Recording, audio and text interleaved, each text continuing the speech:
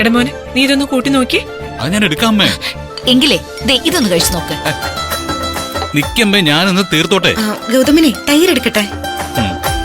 ഇങ്ങനെ വിളമ്പി തരാൻ 4 ചുറ്റും ആൾക്കാർ നിൽക്കുന്നതേ ഒരു സന്തോഷമൊക്കെ തന്നെയാ. പക്ഷേ ഈ സന്തോഷം അല്പം കൂടിപ്പോയെന്നൊരു സംശയം. എന്ന് വെച്ചാ ഞങ്ങൾ നിനക്കൊരു ശല്യമായി അല്ലേ? ആഹാ, അങ്ങനെയല്ല ഞാൻ ഉദ്ദേശിച്ചത്. ഉദ്ദേശമൊക്കെ ഞങ്ങൾക്ക് മനസ്സിലായി. നിർമ്മലാന്റെ അമ്മേ വാ, നമുക്ക് അങ്ങ് മാറിക്കൊടുത്തേക്കാം. ചേടാ, ഈ പെണ്ണുങ്ങളോട് ഒരു കാര്യം പറയാൻ പറ്റത്തില്ല. എല്ലാം തലതിരിച്ച മനസ്സിലാക്കൂ. കണ്ടോ മോളെ, നമ്മൾ തലതിരിഞ്ഞവരെന്ന് പറഞ്ഞു. എന്റെ പൊന്നോ, എല്ലാവരും കൂടെ ഒരുമിച്ചിരുന്ന് ഭക്ഷണം കഴിച്ചു കഴിഞ്ഞാ ഇങ്ങനെ വിളമ്പി തരുന്നതിനേക്കാൾ സന്തോഷം ഉണ്ടാവുന്നാണ് ഞാൻ ഉദ്ദേശിച്ചത്. അങ്ങനൊന്നും അല്ല ഉദ്ദേശിച്ചത്. രക്ഷപ്പെട്ടു. ദേ ആരോ വിളിക്കുന്നുണ്ട്. ഒന്ന് പോയി നോക്കി ആരാ വന്നെന്ന്. ഞാൻ പോയി നോക്കാം.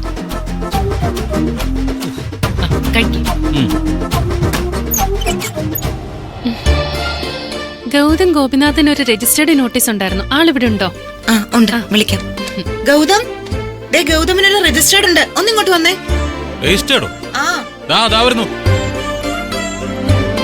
ഇതാരിപ്പോ രജിസ്റ്റേർഡ് വീട്ടിലേക്ക് അയക്കുന്നത്?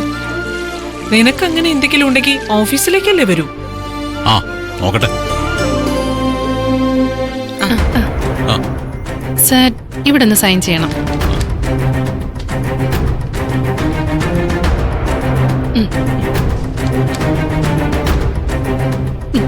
Thank you sir.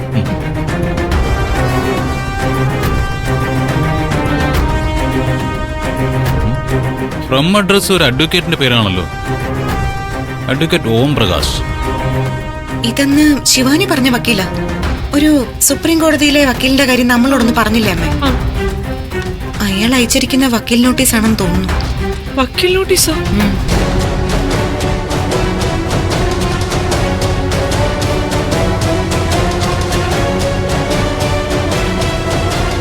എന്താ ഗൗതം ഇത്?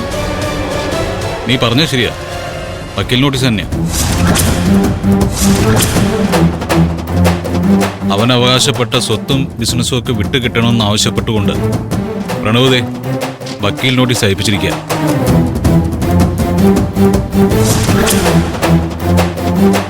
അച്ഛനെ പറഞ്ഞു പറ്റിച്ച് സ്വത്ത് മുഴുവൻ ഞാൻ എഴുതി വാങ്ങി കൈവശം വെച്ചിരിക്കുന്നുവെന്നാ ഈ നോട്ടീസിൽ പറഞ്ഞിരിക്കുന്നത്. ഈ പ്രണവ് എന്തിനാ ഗൗതം ഇങ്ങനെയൊക്കെ കാണിക്കുന്നത്? ബോധവും പകുതിരിയും ഇല്ലാത്ത ഒരു ജന്മന്നല്ലാതെ ഒന്നും പറയാനില്ല എനിക്ക് അവനെ കുറിച്ച്. ഒന്ന് ആലോചിച്ച് നോക്കിയേ, ഈ പെങ്കൊച്ച് ജീവൻ പണയപ്പെടുത്തി ഇറങ്ങിയില്ലായിരുന്നുവെങ്കിൽ ഇന്ന് ഈ നോട്ടീസ് അയക്കാൻ ആ നന്ദിയില്ലാത്തവൻ ജീവനോടെ ഉണ്ടാവുമായിരുന്നില്ല. ഈ നോട്ടീസിനുള്ള മറുപടി എങ്ങനെ കൊടുക്കണമെന്നൊക്കെ എനിക്കറിയാം. നേരെ ആ CKCയുടെ വീട്ടിലേക്ക് ചെല്ലണം. എന്നിട്ട് എല്ലാവരുടെ മുന്നിൽ വെച്ച് ചെവിക്കല്ല് പൊട്ടുന്ന രീതിയിൽ 2 എണ്ണം കൈ വീശി അറിഞ്ഞിട്ട് കൊടുക്കണം. അപ്പൊ അവന് ബോധോദയം ഉണ്ടാവും. അച്ഛനെ പറഞ്ഞു പറ്റിച്ചു പോലും. എടി മോളെ, ആ വീട് എവിടെയാണെന്നൊന്ന് പറഞ്ഞു തന്നെ എനിക്ക്. നിങ്ങൾ ആരും വരണ്ട, ഞാൻ പോയിക്കോളാം, തനിച്ചു പോയിക്കോളാം. എനിക്ക് ചള്ളു ചെറുക്കനെ ഒന്ന് കാണണം. അല്ലാതെ നിങ്ങൾ പറയുന്ന പോലെയൊന്നും അവന്റെ മനസ്സ് മാറ്റിയെടുക്കാൻ പറ്റില്ല. നല്ല അടിയുടെ കുറവാ ആ വൃത്തികെട്ടവന്. അമ്മേ, എന്താ അമ്മ ഇത്? അമ്മ ടെൻഷൻ ആവാതെ ഒന്ന് സമാധാനപ്പെട്. ഇല്ല, ഇനിയും എനിക്ക് സമാധാനമായിട്ട് ഇരിക്കാൻ പറ്റില്ല. നോക്കമ്മേ, ഇപ്പൊ അമ്മ ചെയ്ത അവനെ ഒന്ന് തല്ലിയെന്ന് വെച്ചോ വഴക്കു പറഞ്ഞെന്നോ കരുതി പ്രണവിന്റെ മനസ്സൊന്നും മാറും തോന്നില്ല. ആരൊക്കെ എന്തൊക്കെ പറഞ്ഞാലും അവൻ സത്യം എന്താണെന്ന് മനസ്സിലാക്കത്തുമില്ല. പിന്നെ എന്ത് വേണമെന്ന് നീ പറയുന്നത്? അവൻ കാണിക്കുന്നതും ചെയ്യുന്നതെല്ലാം ബാക്കിയുള്ളവരെ സഹിച്ചോണെന്നോ? സഹിച്ചേ പറ്റൂ.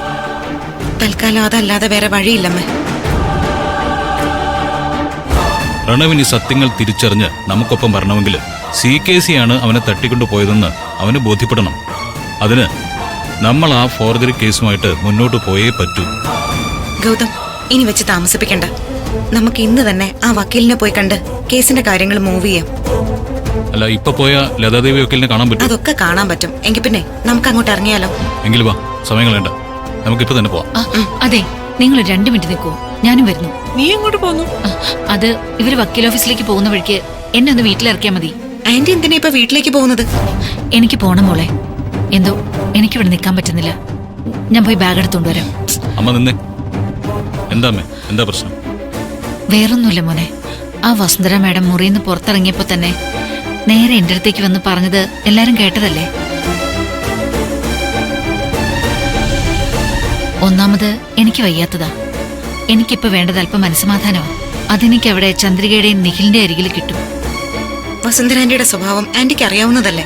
അത് കണ്ടില്ല കേട്ടില്ല എന്നങ്ങ് നടിച്ചാ പോരെ. അത് വേണ്ട. ഇപ്പൊ ഇവിടുന്ന് ഞാൻ പോകുന്നതാ നല്ലത്. ഇവിടുത്തെ പ്രശ്നങ്ങളൊക്കെ ഒന്ന് അവസാനിക്കട്ടെ, എന്നിട്ട് ഞാൻ ഇവിടെ വന്ന് നിന്നോളാം. നിങ്ങൾ നിൽക്ക്, ഞാൻ പോയി ബാഗ് എടുത്തോണ്ട് വരാം. നിങ്ങളും ഡ്രസ് മാറുന്നെങ്കിൽ മാറിക്കോ.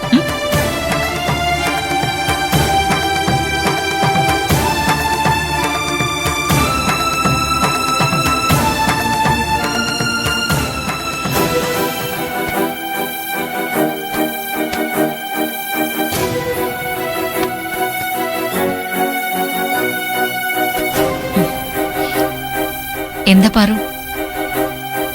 നീ പോകുന്ന തന്നെയാ നല്ലത്. ഇവിടെ നിന്ന് നിനക്ക് ഒരുപാട് സങ്കടങ്ങൾ ഉണ്ടാവും. നീ പോകുന്നു എന്ന് പറഞ്ഞപ്പോ എനിക്കത് സന്തോഷമായി കാണുന്നു നീ വിചാരിക്കരുത്. സത്യത്തിൽ ഉള്ളിന്റെ ഉള്ളിൽ പലതരത്തിലുള്ള സങ്കടാ തോന്നിയത്. കാരണം ഞാനും ഒരു അമ്മയാ.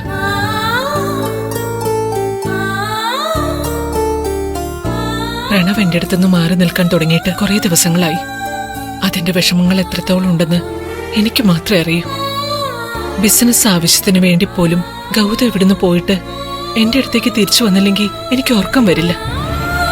അപ്പൊ പിന്നെ നിന്റെ വേദന എത്രത്തോളം ഉണ്ടാകുമെന്നും എനിക്ക് മനസ്സിലാവും നിർമ്മലേ. സത്യത്തിൽ ഇവിടുന്ന് പോകുന്നു പറയുമ്പോ എനിക്കൊരു വിഷമം ഉണ്ടായിരുന്നു. ഇപ്പതില്ല. നീ എന്നോട് ഇത്രയും പറഞ്ഞല്ലോ. സന്തോഷായിട്ടെന്നെ ഞാൻ ഇവിടുന്ന് പോകുന്നേ. ഗൗതമിനോട് നീ അടുത്ത് മിണ്ടുമ്പോഴും അവൻ നിന്നെ അമ്മയെന്ന് വിളിക്കുമ്പോഴും ഒക്കെ എനിക്ക് വിഷമം തോന്നും. ഞാനങ്ങനെ ആയിപ്പോയി.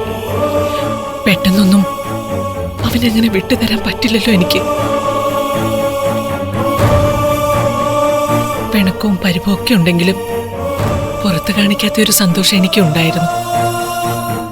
എന്റെ ആ പഴയ കൂട്ടുകാരി എന്റെ അരികിൽ തന്നെ ഉണ്ടല്ലോ എന്ന സന്തോഷം. പിന്നെ നിനക്ക് നിന്റെ മോനെ കാണാനുള്ള അവസരം എനിക്ക് തരാൻ പറ്റുന്നുണ്ടല്ലോ എന്ന സന്തോഷം.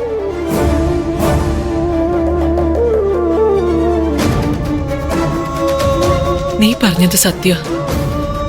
ഈ വീട്ടിലിപ്പോ സങ്കടങ്ങളേ ഉള്ളൂ. വയ്യാത്ത നീയും അതിനിടയിൽ കിടന്ന് വീർപ്പുമുട്ടി അസുഖം കൂട്ടണ്ട. കൃത്യസമയത്ത് മരുന്ന് കഴിക്കണം. ആശുപത്രിയിൽ പോണോന്ന് തോന്നുമ്പോ നിധിയെ വിളിക്കണം. അവള് വരും കൂട്ടിന്. അതെന്താ നീ നിധിയെ വിളിക്കാൻ പറഞ്ഞത്? ഗൗതമിനെ വിളിക്കാൻ പാടില്ലേ?